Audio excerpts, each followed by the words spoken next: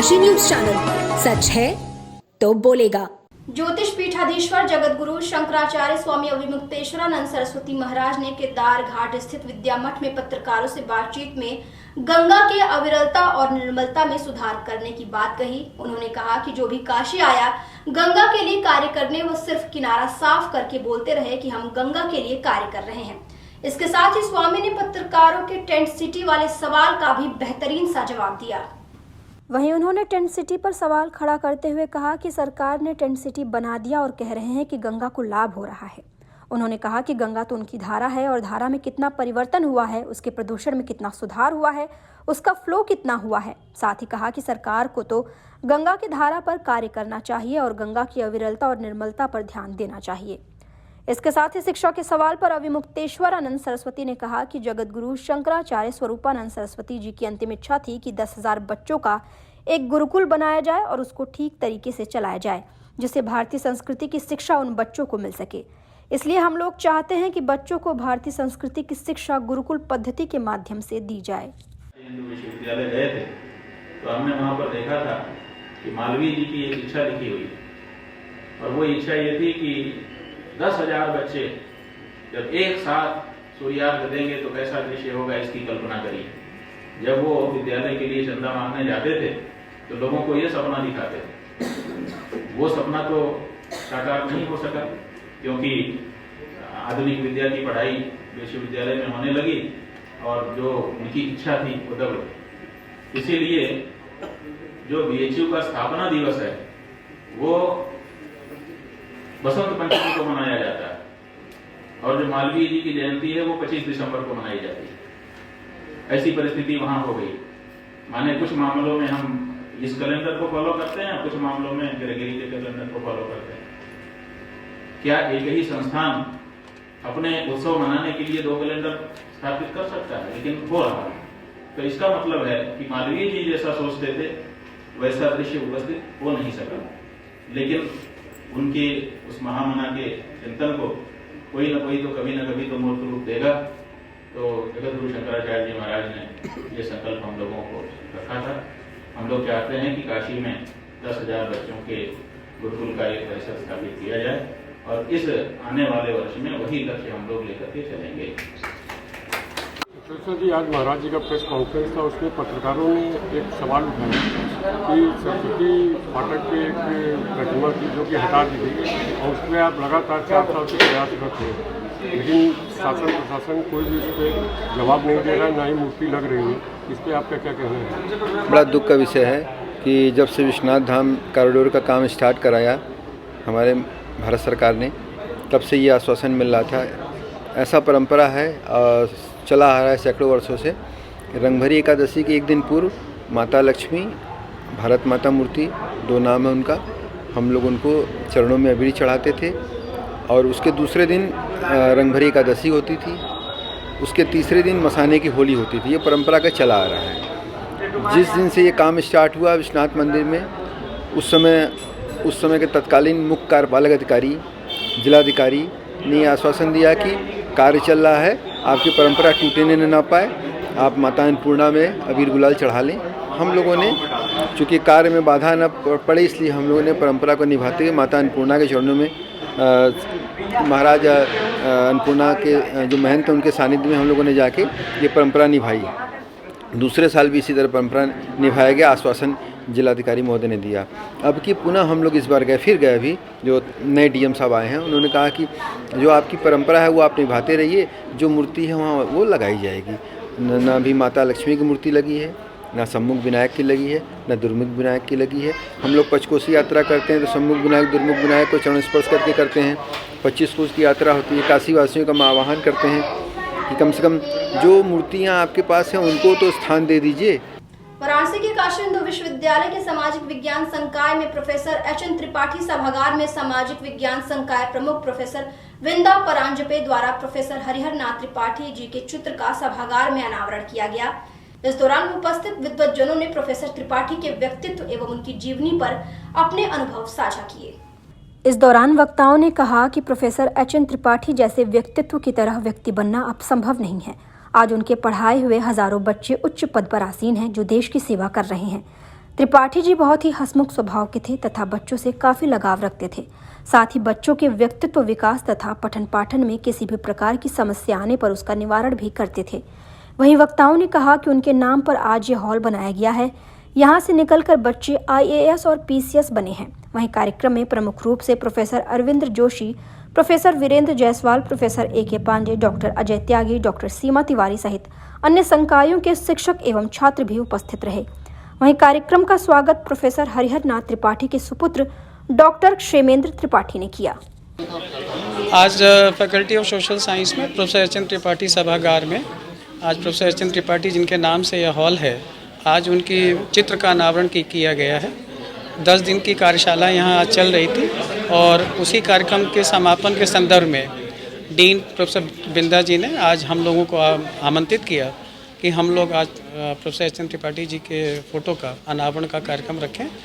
उस परिप्रेक्ष्य में जो पूर्व संकाय प्रमुख यहाँ के थे और अन्य जो गणमान्य लोग विश्वविद्यालय के थे, उनको भी हमारी संकाय महोदय ने आमंत्रित किया। सबने अपने अपने वक्तव्य दिए और प्रोफेसर हरिनाथ त्रिपाठी के संस्मरणों को आज सभी लोगों ने संबोधित किया। वाराणसी के भेलूपुर स्थित धोबी घाट में जिला धोबी घाट के तत्वावधान में समाज सेवी मुन्ना का 8 मार्च को हृदय गति अचानक रुक जाने से निधन हो गया। बता दें कि मुन्ना लाल एक समाज सेवी थे और मुन्ना लाल समाज में हमेशा बढ़ चढ़कर समाज के प्रति हिस्सा लेते थे, जिसको लेकर कन्नौजिया समाज में बहुत ही दुख का माहौल है। वहीं उनके श्रद्धांजलि सभा में करीब 60 महिलाएं और 200 पुरुष उनको श्रद्धांजलि देने के लिए पहुंचे। वहीं इस मौके पर विश्व रजत महासंघ राष्ट्रीय कोर कमेटी अध्यक्ष धोबी समाज रमेश चौधरी ने समाज के साथ एक स्वर में मृत्यु भोज बंद करने के लिए धोबी समाज व दलित समाज के लोगों का आह्वान करते हुए कहा कि 13वीं में किसी भी प्रकार का भोज आयोजित नहीं किया गया। इस दौरान धोबी समाज के अध्यक्ष रमेश चौधरी ने बताया कि हम लोग आज से एक नई पहल करने जा रहे हैं। यह पहल हमारे समाज के लिए बहुत ही जरूरी है, क्योंकि हमारे समाज में बड़े बुजुर्ग भी इस चीज के खिलाफ थे, जो कि आज तक यह परंपरा चली आ रही थी। लेकिन आज से हमारा समाज 13वीं पर जो भोज का आयोजन करता था, अब उसको हम लोग बंद कर रहे हैं और हम यह भी चाहते हैं कि समाज के लोग इस निर्णय पर अपनी सहमति भी दें। और समाज से यहाँ पर आज वो 8 तारीख को हृदय गति रुक जाने से मुन्ना उर्फ गोपाल जी की आकस्मिक निधन हो गई। और मुन्ना जी हमारे समाज के एक सच्चे समाज सेवी थे, समाज के हर कार्यों में बढ़ चढ़ कर हिस्सा लेते थे। और आज उनकी 13वीं है। 13वीं के दिन हम लोग एक यहाँ से एक संदेश देना चाह रहे हैं समाज को भी, अपने दलित समाज के लोगों को भी, अपने समाज के लोगों को भी। मृत्यु भोज आज हम लोगों ने सारे भोज को प्रतिबंधित कर दिया है। आज सिर्फ यहाँ पे श्रद्धांजलि सभा का आयोजन किया गया है। वाराणसी के काशी हिंदू विश्वविद्यालय में डिपार्टमेंट ऑफ सिद्धांत दर्शन के द्वारा राष्ट्रीय कार्यशाला का आयोजन किया गया, जिसका विषय स्पिरिचुअल डायमेंशन ऑफ हेल्थ रखा गया है। इस नेशनल कॉन्फ्रेंस में विद्वानों ने चर्चा किया कि किस तरह से हम आध्यात्म के द्वारा शरीर की बीमारियों को दूर कर सकते हैं। वहीं कार्यक्रम की जानकारी देते हुए डॉक्टर सुनील कुमार ने बताया कि इस आयोजन में हम मानव अपने मूल स्वभाव में कैसे आएगा, इस पर मंथन कर रहे हैं। उन्होंने उदाहरण देते हुए कहा कि मानव का मूल स्वभाव शांति है। मानव जब पैदा होता है तो अस्वस्थ रहता है और कुछ समय बाद वह बीमारियों के जाल में फंस जाता है। इसे हम शारीरिक दोष मानते हैं, जिसे विभिन्न रूपों में जाना जाता है। मानसिक दोष, पारिवारिक दोष एवं अन्य नाम दे दिया जाता है। आज की कार्यशाला में हम सभी इस अशांति और रोग के बारे में आध्यात्मिक पहलू क्या है और वह क्यों होते हैं, उसे वापस किस तरह से सही किया जा सकता है, इन सभी विषयों पर चर्चा कर रहे हैं। इस दौरान कार्यक्रम में डॉक्टर सुनील कुमार, देवानंद उपाध्याय, मुख्य अतिथि professor CS Pandey, professor NK Dwivedi, professor NK Agarwal, professor Jain, doctor Dinesh Meena, अन्य लोग मौजूद रहे। और ये हमारे संघ में प्रोफेसर एंड हेड सिद्धांत दर्शन आयुर्वेद संकाय के हैं।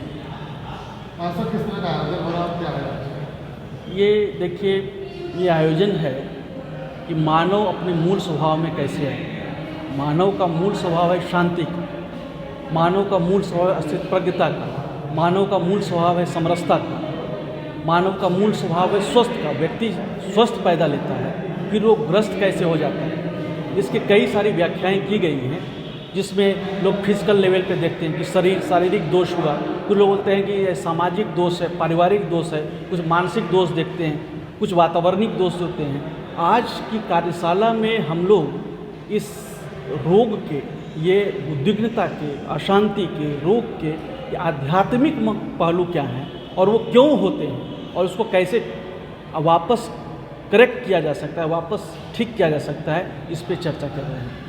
कितने दिनों का ये कार्यक्रम था और मुख्य अतिथि कौन थे? ये 1 दिन का कार्यक्रम है और इसके मुख्य अतिथि हमारे निरंजनी अखाड़ा, जिनके आराध्य कार्तिकेय भगवान जी हैं, जो देव सेनापति भी हैं, ये समुंदरपुरी जी। वाराणसी के अस्सी घाट पर भाजपा काशी क्षेत्र के अध्यक्ष महेश चंद्र श्रीवास्तव द्वारा झाड़ू लगाकर तथा फावड़ा चलाकर स्वच्छता अभियान की शुरुआत की गई। गौरतलब है कि इसी अस्सी घाट पर काशी के सांसद व देश के प्रधानमंत्री द्वारा फावड़ा चलाकर अभियान का शुभारंभ किया गया था। इस दौरान प्रधानमंत्री नरेंद्र मोदी का अनुसरण करते हुए महेश चंद्र श्रीवास्तव ने भी स्वच्छता महाअभियान की शुरुआत की। इस मौके पर उन्होंने बताया कि यह अभियान 3 दिनों तक चलेगा। प्रधानमंत्री नरेंद्र मोदी काशी में आने वाले हैं, जिसको लेकर महाअभियान चलाया जा रहा है। इसके साथ ही उन्होंने कहा कि भाजपा कार्यकर्ताओं द्वारा समय समय पर स्वच्छता अभियान चलाया जाएगा, जो अनवरत चलता रहेगा। जी भैया, आज किस प्रकार का यहाँ पर कार्यक्रम किया गया है? देश के यशस्वी प्रधानमंत्री, वाराणसी के लोकप्रिय सांसद अपने संसदीय क्षेत्र में अपने काशी वासियों को 1785 करोड़ का तोहफा देने काशी आ रहे हैं। उनके आगमन के पूर्व भारतीय जनता पार्टी के सभी कार्यकर्ता वार्डों में, ग्राम पंचायत में, पूरे जिले में, पूरे शहर में महास्वच्छता अभियान का शुभारंभ आज 21 मार्च से कर रहे हैं। 21 मार्च, 22 मार्च और 23 मार्च को 3 दिन ये स्वच्छता अभियान चलेगा। प्रधानमंत्री जी का सबसे प्रिय विषय स्वच्छता है और स्वच्छता के अभियान के आह्वान के कारण आज पूरा देश स्वच्छ दिख रहा है। आज पूरे विश्व में देश का सम्मान बढ़ा है। आज देश में प्रति व्यक्ति जो गंदगी के कारण लोगों का प्रति व्यक्ति खर्चा था 7,000 रुपये प्रति व्यक्ति का चिकित्सीय खर्चा था, उस खर्चे में भी गिरावट आई है। आज व्यक्ति स्वच्छता को लेके जागरूक है। आज लोग सोचते हैं कि हमारा घर ही नहीं, हमारा मोहल्ला भी, हमारा शहर भी स्वच्छ रहे। इस निमित्त लोग प्रयत्न भी कर रहे हैं। ये प्रधानमंत्री जी के प्रेरणा से ये सब संभव हो रहा है। आज पूरा भारत स्वच्छ हो रहा है और स्वच्छ भारत स्वस्थ हो रहा है। आज उनके अभियान को प्रति समय गति मिलती रहती है, लेकिन उनके आगमन के पूर्व एक विशेष महास्वच्छता अभियान चलाने का आज शुभारंभ हुआ है। आप देख रहे हैं डैन काशी न्यूज चैनल। सच है तो बोलेगा।